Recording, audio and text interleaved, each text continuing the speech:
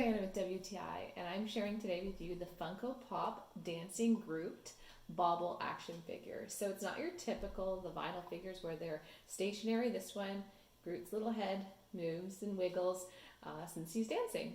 This is a great addition to any toy collector's collection or the Guardians of the Galaxy fans in your life. I actually bought this for my 11-year-old daughter because she is really into collecting the Funko Pop series and she loves Guardians of the Galaxy. So this was a no-brainer in terms of a gift for her. I wanted you guys to see how he wiggles.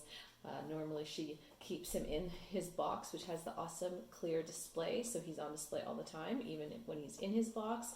You've got the number of the figure and his name, and then I love the side where you get the full picture of his figure and his name. And then on the back, you can see the other ones that are part of the collection. So you've got Star-Lord, Rocket Raccoon, Groot, Star-Lord, Gamora, and Drax. So Drax is the next one on the list that my daughter really wants, so I'm hoping to get that one for her. But this is a great series, great collection. Funko Pop makes awesome toys that are great for kids and adults alike. You're going to love it, and that's my point of view.